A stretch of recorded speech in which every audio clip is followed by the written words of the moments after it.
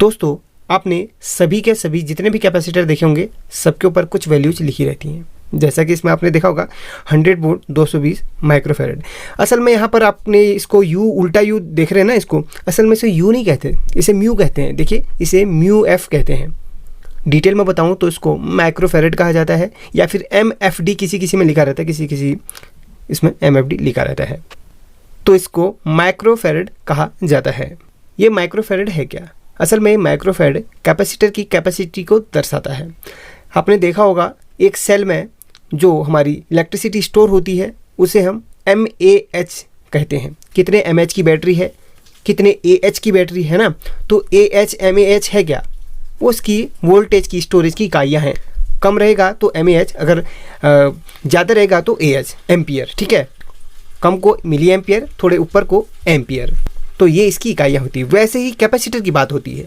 Capacitor में microfarad होता है, पिकोफैरड होता है, नैनोफैरड होता है और फैरड होता है। हो सकता है आपने नैनोफैरड, पिकोफैरड या फैरड नहीं सुना होगा, सुना भी हो सकता है, फैरड तो सुना ही होगा। आज मैं आपको डिटेल में बताऊंगा कि इन कैपेसिटर की वैल्यूज़ को हम कैसे चेक करते हैं, इन्हें PF क्यों कहा जाता है, इन्हें NF क्यों कहा जाता है, ये सब मैं आपको डिटेल में बताऊंगा। देखिए सबसे पहले मैं आपको बता देता हूँ, किसी भी कैपेसिटर के ऊपर वोल्टेज ज़रूर लिखी रहती है, क्योंकि मैक्सिमम उतने वोल्ट में कैपेसिटर को हमने लगाना है, तो इसमें लिखा रहता है। देखिए 100 वोल्ट इसमें लिखा है, तो मैक्सिमम 100 वोल्ट से हमने नीचे नीचे को ही इसमें लगाना है। इसमें जो हमारी वोल्टेज गुजरेगी वो 100 वोल्ट से कम होनी चाहिए। ज़्यादा होगी तो कैपेसिटर फट जाएगा, उल्टा लगेगा तो कैपेसिटर फट जाएगा। ये जो कैपेसिटर होते हैं ये इलेक्ट्रोलाइट, इनकी एक जो है फिक्स डायरेक्शन होती है। ये माइनस का है तो माइनस पे ही लगेगा, यानी कि उल्टा करके हमने प्लस में लगा दिया। ये सब डिटेल मैं बाद में बताऊंगा। पहले आपको बता देता हूँ इन सभी कैपेसिटर की स्टोरेज UF, जिसे हम म्यूएफ या माइक्रोफैरड कहते हैं, उसमें मापी जाती है। जैसे कि मैंने आपको पहले ही एग्जांपल दे दिया है। और ये जो आप देख रहे हैं ये कैपेसिटर ही है। एक बार क्या होता, मुझे कमेंट आई थी, तो सब्सक्राइबर की कमेंट आई थी, तो कहने लगे मैंने इनको कैपेसिटर बोला था। तो भाई सब्सक्राइबर ने कहा था कि यार ये कैपेसिटर नहीं, इन्हें PF कहा जाता है, आप गलत बोल रहे हैं, ऐसा मुझे कहा था। दोस्तों ये PF क्या है? जब आपको अधूरी जानकारी रहती है तो तब ऐसे आप कमेंट करते हैं, आपकी नहीं, जो ऐसे कमेंट करते हैं उनकी बात कर रहा हूँ। इन्हें PF क्यों कहा जाता है? PF क्या होता है? वोल्टेज को स्टोरेज करने की एक इकाई है जो माइक्रोफैरड और नैनोफैरड से भी छोटी है। PF का फुल फॉर्म होता है पिकोफैरड। सबसे पहला होता है फैरड, फिर होता है माइक्रोफैरड, फिर होता है नैनोफैरड और सबसे छोटा है पिकोफैरड, जिसे शॉर्टकट में हम PF कहते हैं। असल में होता एक कैपेसिटर ही है। बाकी इसमें वोल्टेज लिखी रहती है। देखिए इसमें 400 वोल्ट लिखा है, तो 400 वोल्ट पर ही आप इसको रन कर सकते हैं, मतलब उससे नीचे नीचे आप इसको रन कर सकते हैं। ज़्यादा अगर आप इसमें डालते हैं तो फट जाएगा। ये PF की श्रेणी में, ये भी PF की श्रेणी में आता है। अब मैंने आपको बताया PF मतलब पिकोफैरड। अभी आपको ऊपर मैं चार्ट दिखा दूंगा। और यहाँ पर देखिए ये क्या होते हैं, ये इन्हें NF क्यों कहा जाता है? असल में इन्हें NF नहीं कहा जाता, इन्हें बोलते हैं कैपेसिटर। कैपेसिटर इन्हें बोलते हैं, सब के सब कैपेसिटर की ही श्रेणी में आते हैं, भले कैसा भी हो। ये डब्बी वाला भी हो तो कैपेसिटर की श्रेणी में आता है, भले वो डब्बी वाला इस टाइप का क्यों ना हो, ये वाला, इसे भी कैपेसिटर की ही श्रेणी में आता है।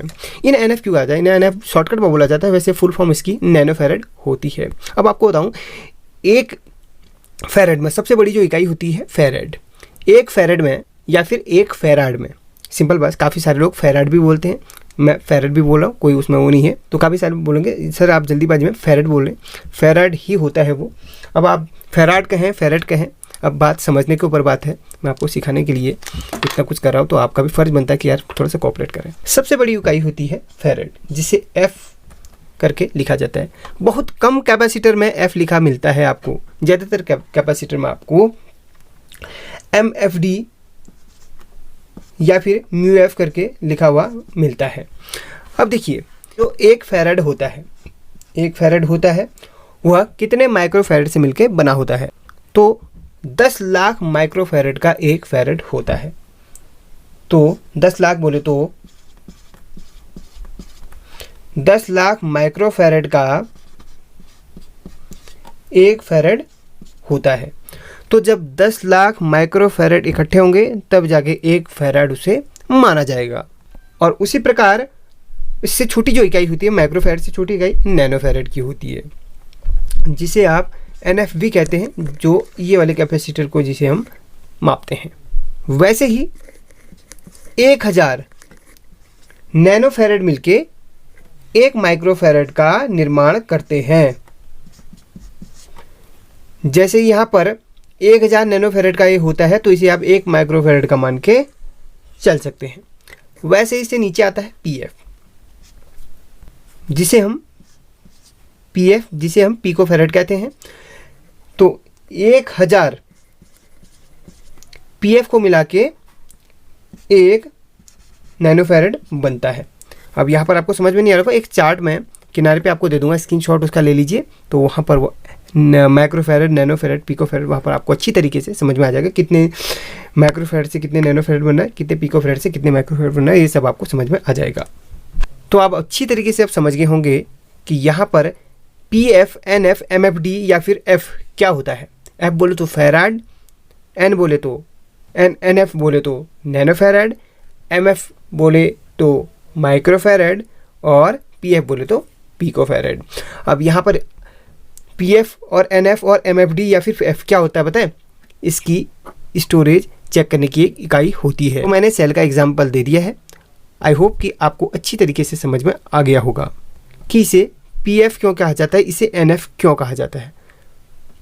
और ये वीडियो खासकर उस सब्सक्राइबर के लिए थी जिन्होंने मुझे कमेंट में ये बोला था कि इसे कैपेसिटर नहीं कहा जाता, इसे पीएफ कहा जाता है। तो अगर वो वीडियो देख रहे हो तो वे कमेंट करके ज़रूर बताना कि ये जानकारी उन्हें कैसी लगी, और अभी भी कोई गलती है तो आप कमेंट करके मुझे ज़रूर बताना। इसमें भी इम्प्रूवमेंट करके दूसरी वीडियो मैं ज़रूर दूंगा। मिलते हैं अगली वीडियो में, तब तक के लिए जय श्री राम।